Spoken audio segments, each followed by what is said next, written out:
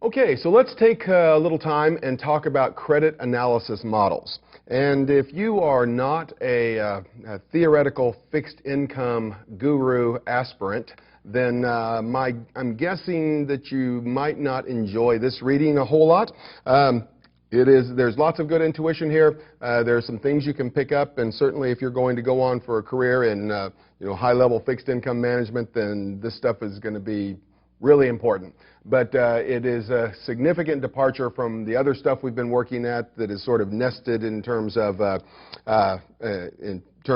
price and valuation impact. Now we're going to do credit analysis, and surely credit analysis is an important aspect of fixed income management. But there's a couple of modeling types in here. We don't actually look at the models. We just are doing the modeling, a couple of classes of models. And what I suggest you do when we get there, and I'll of course point it out, is that you get the penumbra of each of these two classes of models and understand the differences in kind of a compare and contrast.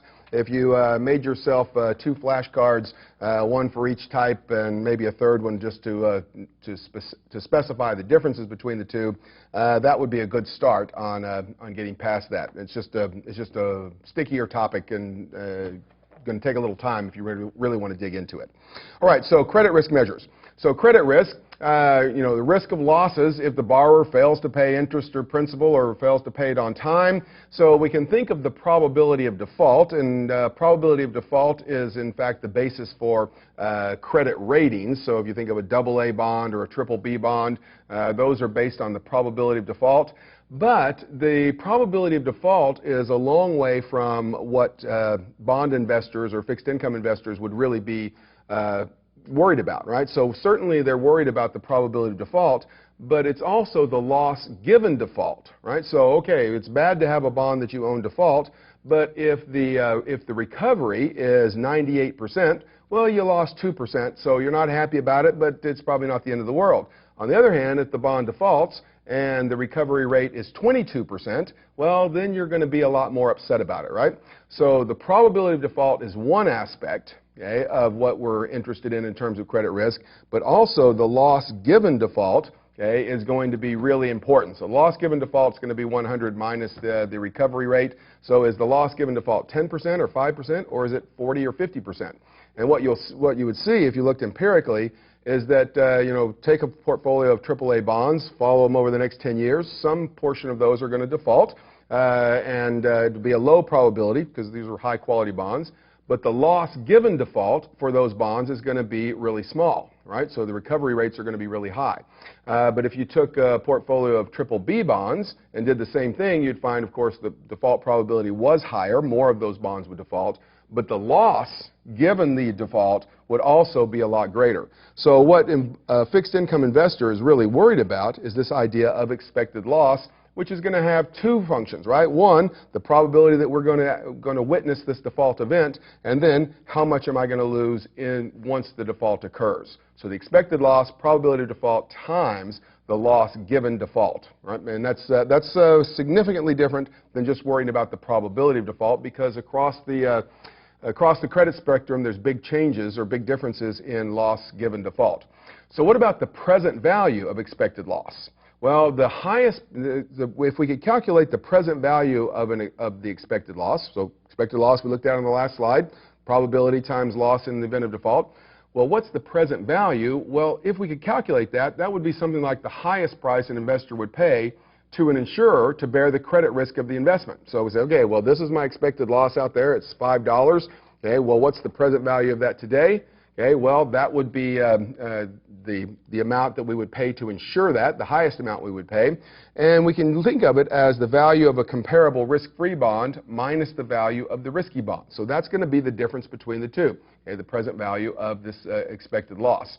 And we're going to see this develop a little more as we go through. So we're really making two adjustments. Okay? So one, we're looking at the time value of money adjustment, so present value, what is the expected loss? Okay? And then we're going to use some risk-neutral probabilities instead of just the probability of default to account for the risk embedded in the cash flows. Now remember, risk-neutral probability doesn't mean we're ignoring risk. It just means we have a framework in which we can use these risk-neutral probabilities to come up with the appropriate value. So this risk neutrality thing, we use it in a number of places in the curriculum. We never really explain it, but the important thing is that you don't just say, oh, we're assuming people aren't risk averse. That's not the assumption embedded here. It's just that there are environments where we can use this where the risk is isolated. All right.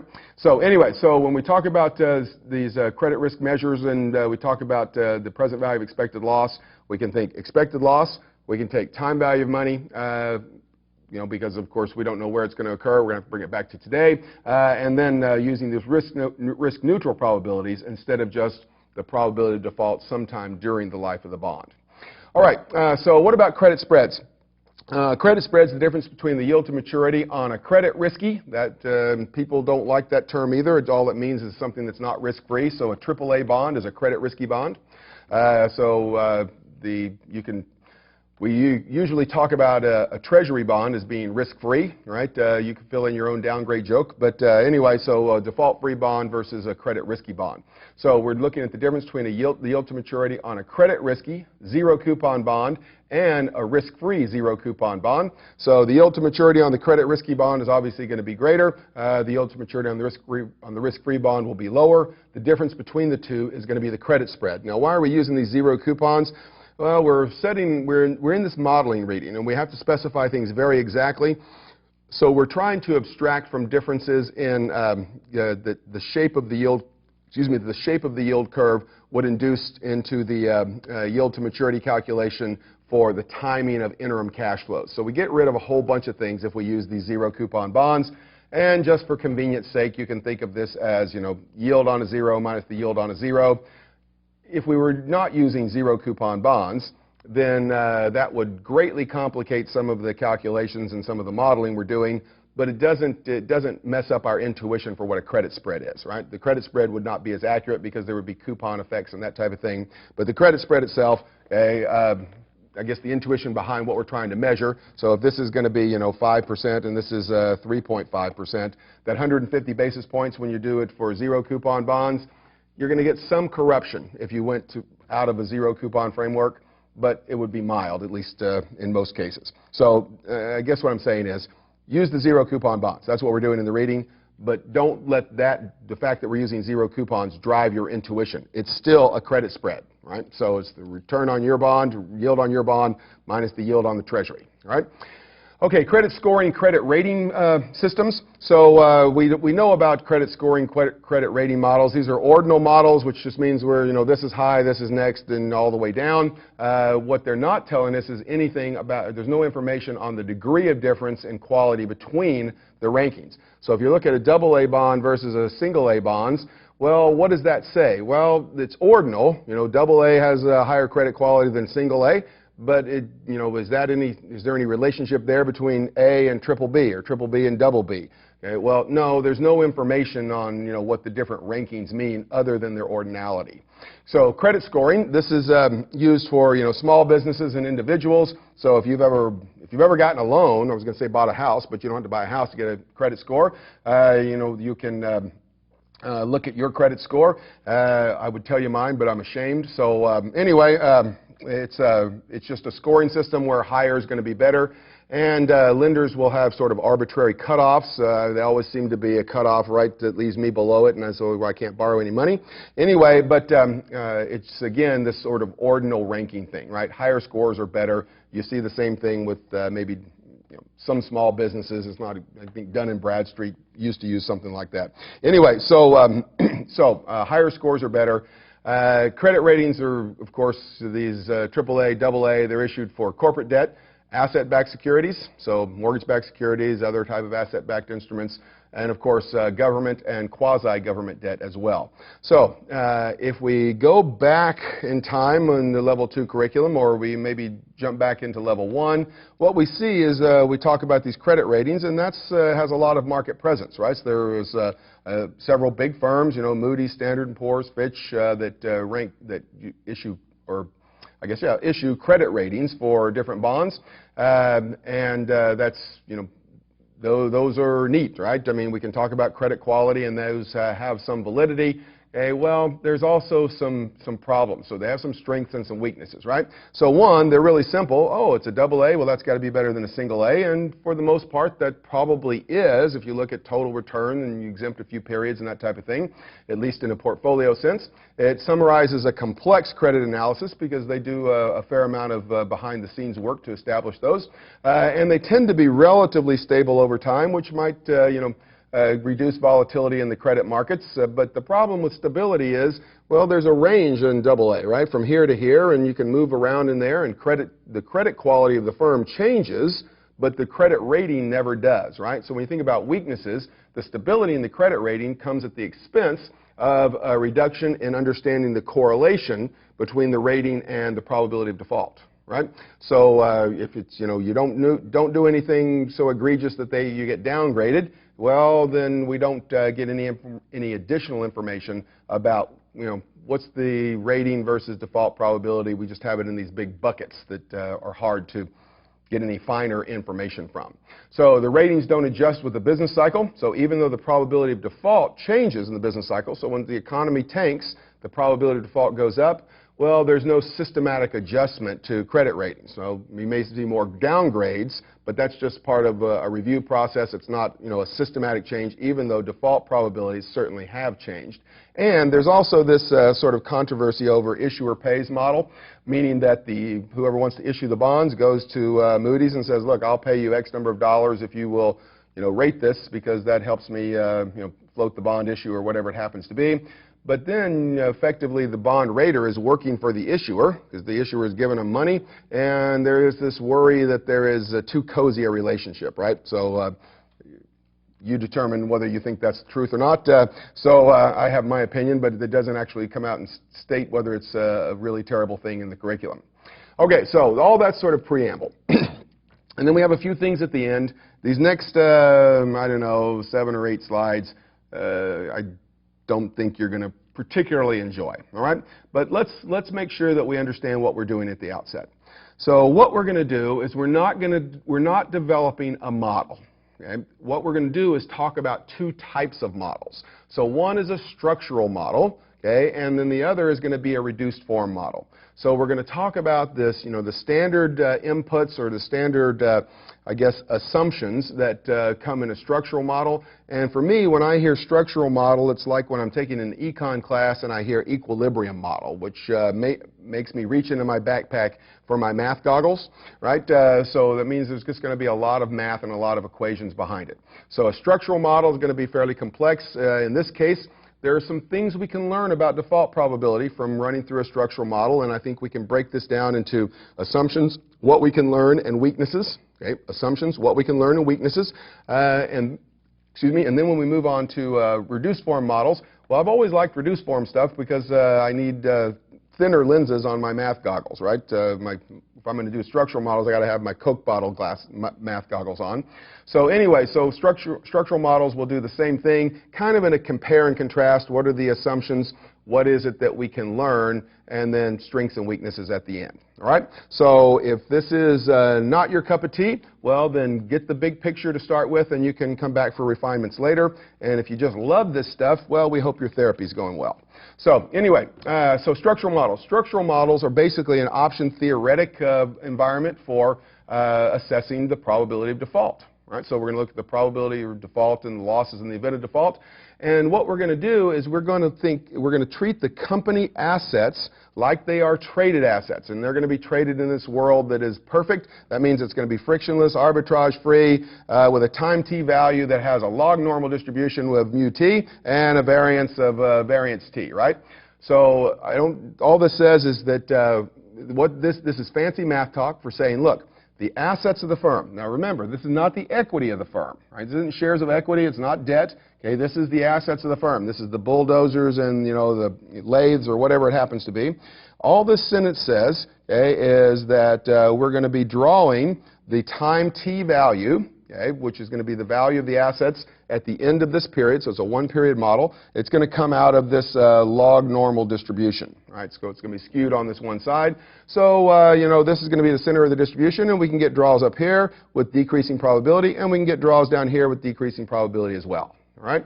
So just like we do when we price an option in the Black-Scholes option pricing model, okay, we have this, frictionless, arbitrage-free, time t value for the value of the stock that is, log normal with mean, all that. So all we're doing now is saying the assets of the firm we're going to draw out of this distribution. That's all it says, right?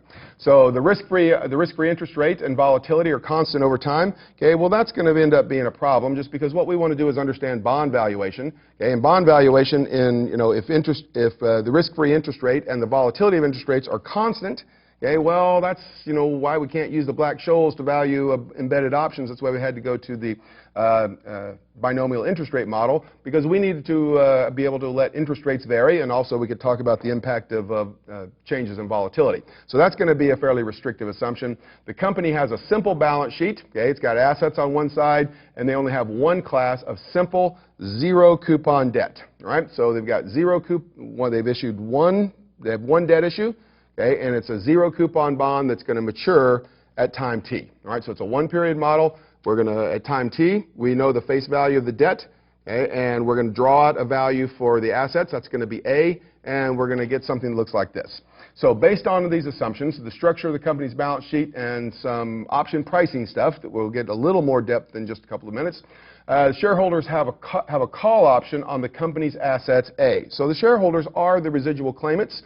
So what we're looking at is a balance sheet, okay, that has we have one bond issue, okay, and that's going to have the amount at issue, the present value of K. So K is the maturity value of this, and then we've got equity down here, and then we have assets over here. So if we record it at the proceeds received, this is what it would look like at time 0. And this is a one-period model, so we're going to start here at time 0, and we're going to come over here to time t. And when we get over here to time t, we're going to see the realization of A. Okay, we're going to draw out of that distribution, and the question we're asking ourselves is A going to be greater than K? Well, in that case, the shareholders have an in-the-money option. So we think frequently of equity holders as having a residual claim on the assets of the firm, meaning after everyone's paid off. It's also very option-like. I mean, there's lots of option characteristics in equity. Difficult to model, but it's very lots of option characteristics.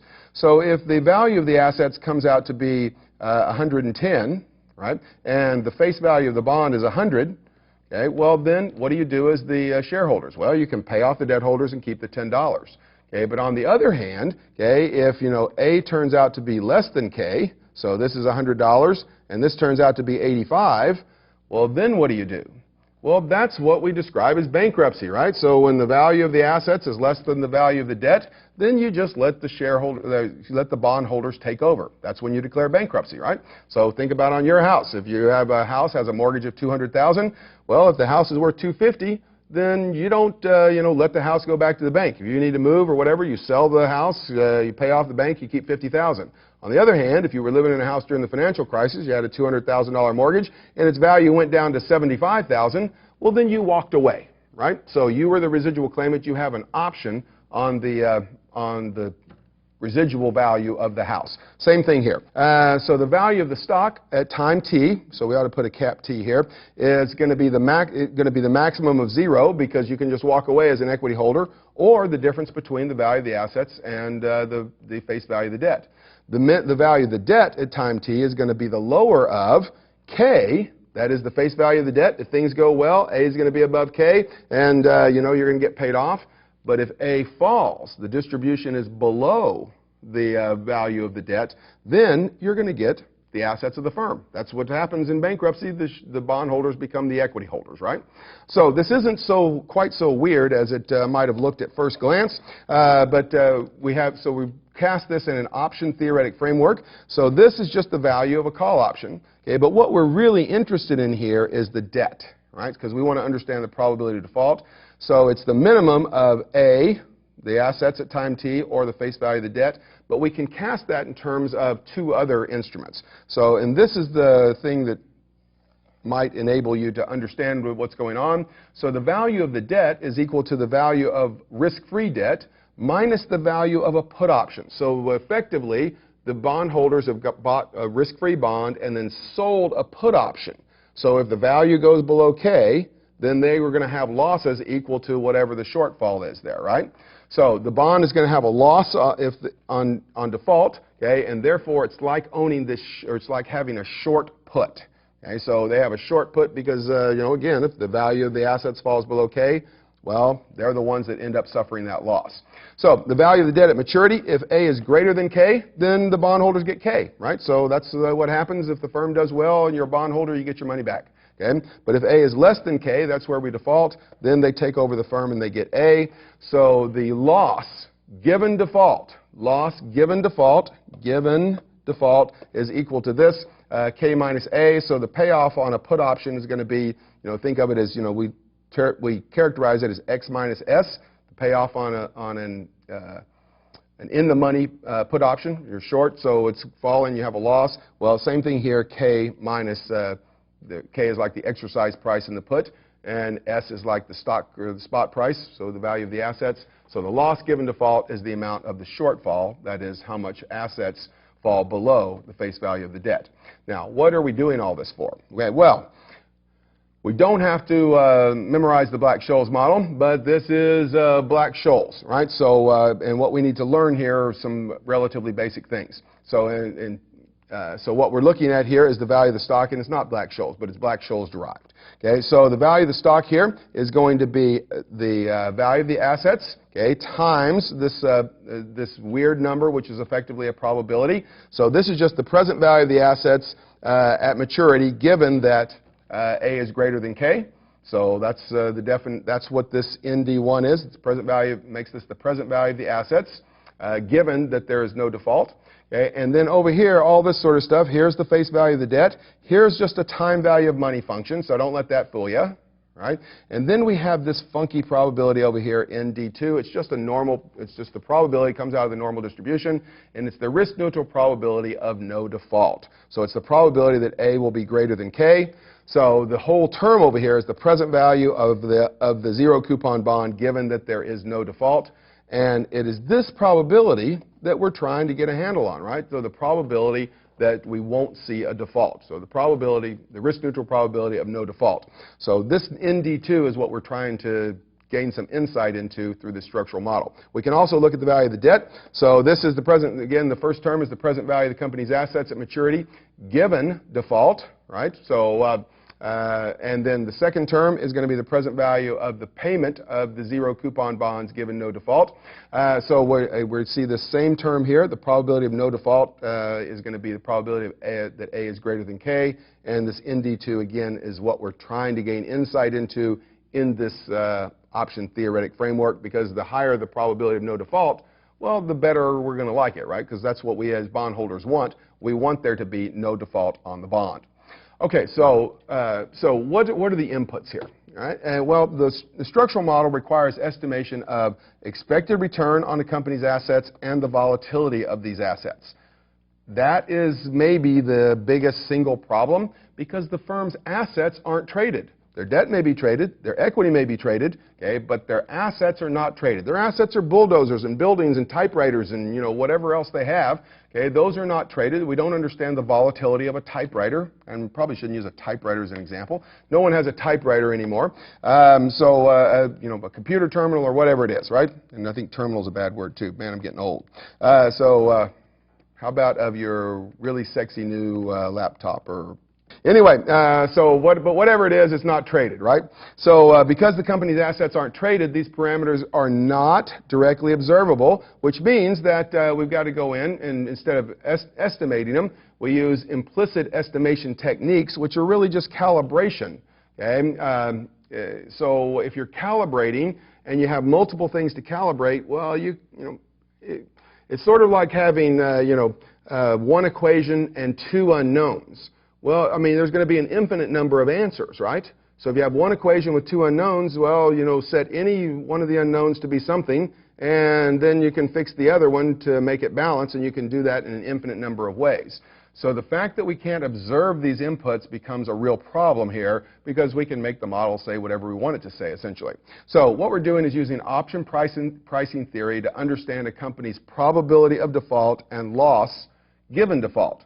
So the inputs can be estimated using current market prices for the bonds and those types of things. But again, the fact that we have made the bonds look so simple, it's a single zero coupon bond, this calibration process is going to be difficult, right? So the balance sheet can't be modeled realistically because there are no firms that have one zero coupon bond outstanding. So recovery rates and default probabilities are going to be inaccurate because we can't model what's really there. All we can do is sort of maybe glean some insight into changes in these probabilities, those types of things. Company assets aren't traded. So again, we're talking about weaknesses here. Company assets are not actually traded. Hence, their value is not directly observable. So we don't know anything about their value, their volatility, that sort of stuff. Estimation procedures do not consider the business cycle. And the Black-Scholes model assumes that we have constant volatility, constant interest rates. And if you're talking about bond valuation, well, the business cycle, that is a huge impact on the probability of default. And, you know, changes in interest rate volatility and changes in interest rates, okay, of course, have a significant impact on both the value of the bonds and on default probabilities. So anyway, so the point here is that there's just lots of weaknesses associated with this structural model.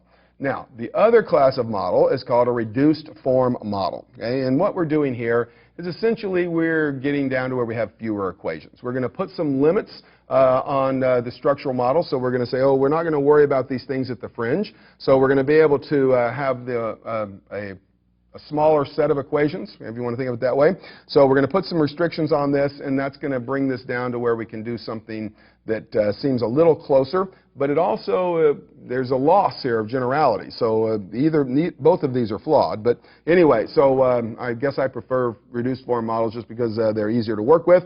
I also think if you read between the lines, the author of this reading preferred them. But nonetheless, there's no assumption on the structure of the balance sheet, so we don't have to make this assumption about, oh, there's just this one zero coupon bond, so that's a good thing.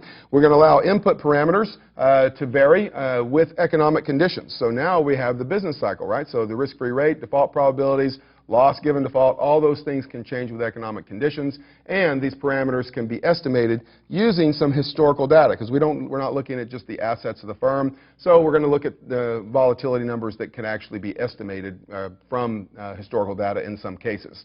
The assumptions here: the company has a zero coupon bond liability that trades in a frictionless market. So we still have the zero coupon bond liability, okay, but we allow it to, we have the variability in interest rates and volatility of interest rates, all that sort of stuff. The risk-free rate is stochastic, which is just a fancy word for saying it varies with a very specific, in the model, according to a very specific process, but nonetheless, it's going to be able to vary through time. The state of the economy can also vary. Okay? So we don't have this constant macroeconomic environment assumption. And the probability of default and recovery rates depend on the state of the economy. So while this is reduced form, we're able to bring in fluctuations in the macroeconomic cycle, which is a big failure of the structural model, right? So there we were assuming that there were no changes in the macroeconomy, or that they didn't impact what we were doing. Okay, so strengths and weaknesses of the reduced form. Okay, the model inputs can be estimated using historical data. Okay, well, that's good. There's still some that not going to be able to do that with, but there are more of them that you can.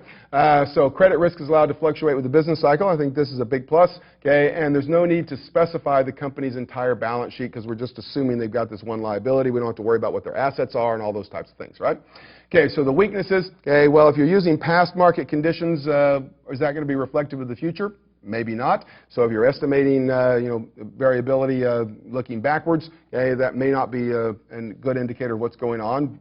Looking forward, it might actually be better to not be able to do that, because that forces you to think through the process.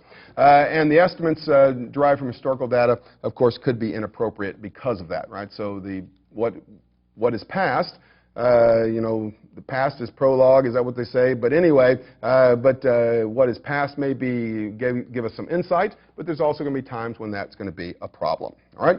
Okay, so those are our two models. One is the structural, the other is the reduced form. Okay, the difference is there's a lot more assumptions with the structural. We can't bring in the economic cycle. We have the constant interest rates, constant volatility, and we can't observe the key variable, which is the variability of the assets through time, right? And we don't have those same limitations when we move to the reduced form model. All right? Okay, so if you didn't like that, take some notes, get yourself 2 flashcards, get down the highlights, and then come back to this when you get some other stuff down. Okay, so term structure of credit spreads. Now, we've talked about the term structure of interest rates, right? And we said, okay, well, we drew this little picture, and we said time on the horizontal axis, and we looked at yields here. Oh, there's the term structure of interest rates. Now we're doing something very similar. That is, we're considering a time function, okay, but we're not looking at interest rates themselves. We're looking at credit spreads here. So the credit spreads, remember, that's the difference between the yield on the risky bond minus the yield on the benchmark. Let's call it the risk-free bond. So what we're looking at here, the term structure of credit spreads represents the relationship of credit spreads to debt maturity. So as we get farther and farther, as we get longer and longer debt, okay, longer maturity debt, what we're going to see is that typically credit spreads increase, right? So credit spreads, the difference between the spot rates for credit risky bonds and for these risk-free bonds. And if you're in a zero coupon environment, that makes this a little easier to calculate.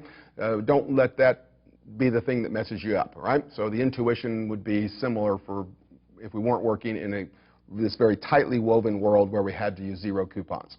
So the credit spread for a specific maturity can be estimated by bootstrapping spot rates using coupon bonds for both the risky bond and the risk-free bond. So we're going to bootstrap out these spot rates. So we talked about bootstrapping previously, okay, level 1 and at level 2. So we're going to bootstrap this, and we're going to find out what the risk-free spot rates are and then the spread between the risk-free and the risky bonds. So the problem with that is that due to a potential problem, due to market frictions, as you get longer and longer bonds, these probably include some liquidity risk, right? So if you're looking at treasury bonds, those are very deeply traded, okay? So the liquidity there is going to be of a very small amount, okay? But as you look at, as you go from 1 to 10 to 20 to 30 year risky bonds, you're going to see that the liquidity premium embedded in those gets bigger and bigger. So if we talk about the change in credit spreads, we calculate it with this bootstrapping, it's going to be changes in credit spread plus some unknown amount of liquidity. So that's going to be kind of confounding to our analysis. Remember, we said the present value of expected loss, the maximum is the maximum an investor would pay an insurer to bear the risk. So if you're going to buy insurance for it, and the present value of expected loss is just the value of a risk-free bond minus the value of the bond, the risky bond, sorry. So again, if this is, if this is trading at par and this is at 93, well, you wouldn't pay more than $7 per $100 of par value to insure that loss. All right, so if we can also calculate this, right? So this is sort of the leading us into this last topic. So we're almost done. Bear with us a little bit longer. So here, what about the present value of expected loss? Can we calculate that? Well, we're looking at this 2-year bond. So we've gone out and we have bootstrapped the spot rates, okay? And we know that the spot rate for the risk-free bond for payments that come in 6 months is 1.12. For payments that come a year from now, 1.62, all the way down to 2% for 2 years from now. And then we've also been able to estimate the credit spreads. So we bootstrapped those out. So we got the spot rates for the risk-free bond, right? And then we see that we've got this for the risky bonds as well. So the spread, the difference between them, is what we see here. So the total return on the risky bond is going to be the risk-free rate plus the credit spread. So for cash flows that come 6 months from now, half a year from now, if it's a risk-free cash flow, we discount it at 1.12%. And if it is a risky cash flow, we're not specifying how much, we're just assuming there's 2 classes, risk-free and risky, it would be 2.12% because we add this 1% credit spread. And notice the term structure of credit spreads, right? So as the maturity gets longer, the credit spread is getting bigger. Right? And what they want us to do here is calculate the present value of expected loss for the cash flow that comes in 18 months. That's going to be this one, 1.5 years. And then for the entire bond. So what's the most you'd be willing to pay to insure this? Well, that would be the difference between the value of the risky bond and the risk-free bond. So looking at this, let's just plug in, and we'll get us a value for we're going to go in first and say, well, what is the value for the cash flow? Looking at, let's think of 18 months. So we're going to find, okay, if this is a 2-year bond, it's a 2-year bond that has a 5% interest rate. So in 6 months, we're going to get a cash flow of $25. In a year, we're going to get $25. In a year and a half, we're going to get $25. And then our final payment is going to be $1,025. right? And so we're evaluating this once as if it were risk-free, and then again if it is a risky bond, right? So if we come over here and say, all right, if we're looking at these cash flows, for the first cash flow, it comes at 6 months from now. Here's the interest rate, $25. The present value is going to be $24.86, okay? And then for the, if we evaluated it with the base rate, the risk-free rate, plus the spread, that we'd be discounting at 2.12%, and that's where we get this $24.74. Note that we're doing this in continuous time, so don't let the E thing scare you. We're just going to take the amount of time here, that's going to be T, times the interest rate, and since we got this minus sign in front of it, it means we're calculating the present value. So put a minus sign in it, that means we're bringing it back in time. If there's no minus sign, it's going to be a future value factor, okay? But you don't need to be scared of this. Just get the superscript, get the exponent, I guess, on your, not superscript, exponent on your calculator, and then hit the E to the X button, multiply that by $25, and you're going to get $24.74. What they asked us to do in the problem was to do it for the cash flow that comes in 18 months. So if we want to know the present value of expected loss for the cash flow that comes in 18 months, well, let's take that cash flow. It's $25. If we discount it at 1.78%, then it has a value here of $24.34. If we value it at the base rate, the risk-free rate, plus the credit spread, okay, so we add in the credit spread, then we're going to have a discount rate of 3.28, and we're going to get a value of $23.80. What's the present value of the expected loss on the 18-month cash flow? Okay, well, it's going to be $24.34 minus $23.80, or 54 cents, right? If we do that for all of the cash flows, we add them up, and we get a difference in price of $35.78, and we certainly wouldn't pay anyone more than $35.78 to insure this bond for us, right? Because we could always just opt out of the risky bond and go and buy the risk-free bond, right? So if someone said, hey, I'll insure your risky bond for $40, well, we're not going to do that because we could get a better return if we just went and bought the risk-free bond and gave up the risky bond altogether. So calculations of the present value of expected loss, you can do it for an individual cash flow or for the entire bond. And remember, that's the most we would pay to insure it, is the way to think about it in terms of intuition. And finally, credit analysis of asset-backed securities. So this represents a drastic reduction in the amount of asset-backed or mortgage-backed security exposure that we see in the Level 2 curriculum. So we're just very little of it, whereas it used to be an entire study session. So we don't have to worry about it too much, but we do need to think about the difference in credit analysis. So if you buy a bond, right, so IBM issues a bond, you're a bond holder, they default on that bond, well, then everybody that's a bond holder suffers in the same way, right? But that's not true with ABS securities, right? So the ABS doesn't default when they have, when the constituents in the pool default. So let's imagine ourselves as having this big pool of mortgages. So my mortgage, your mortgage, and so we got mortgages, little mortgages that we piled in there, and we have $1 billion worth of them in this bucket. Well, if we're going to sell securities against that, we're going to have some that are senior and some that are junior and all that type of thing. But the fact that we have one mortgagor in the pot here default doesn't mean that the bond is defaulting, right? So we've got ways to deal with that. And the point is, instead of saying, oh, the bond is defaulted because of one of the constituents defaulted, what we're going to think about is we have to think about the defaults on the little credits, right? That is the mortgages or the credit card receivables or whatever it happens to be.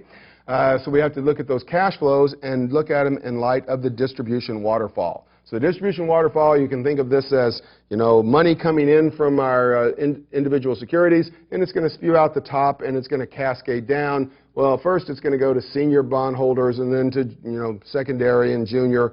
Well, what's going to be the waterfall impact? So credit risk analysis for the ABS involve credit analysis of the collateral pool. So we do have to know something about, well, are these credit cards that they made, issued to undergraduate college students, or are they, something they issued through AARP, right? So we can think of the collateral quality for the pool, but we have to combine that in order to understand the value of the bond. We have to understand that combine that with the distribution waterfall, because just because there's a 10% loss in the pool doesn't mean we're going to lose 10%. It may mean that our bond loses 80%.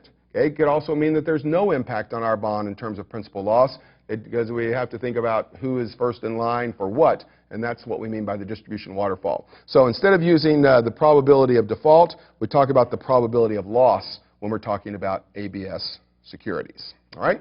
So no big deal there. But it is sort of a different way of thinking about it, so you want to make sure that you have at least understand why we think about it in terms of probability of loss as opposed to probability of default. Okay, so what is important here? Probability of default, loss given default, expected loss, and the present value of expected loss. So that's sort of what that's culminated in. But I think the idea of combining these two things, okay, so the probability of default and loss given default is a really important insight. Okay, a little bit about the credit scoring, credit rating things, but we don't spend much time on that. We spend a little bit of time here on ABS stuff, but the big thing to get down here is a basic understanding of these two different classes of models, and you may or may not enjoy that, I guess is what I'm saying. But I think that it is something where it would be easy to write questions on, even multiple questions about people are making comments or they want to get at this or here's the problem with it, and you have to be able to disentangle them. So you're going to have enough detail there in your knowledge base when you tackle the exam to be able to clearly differentiate between the two in terms of their approach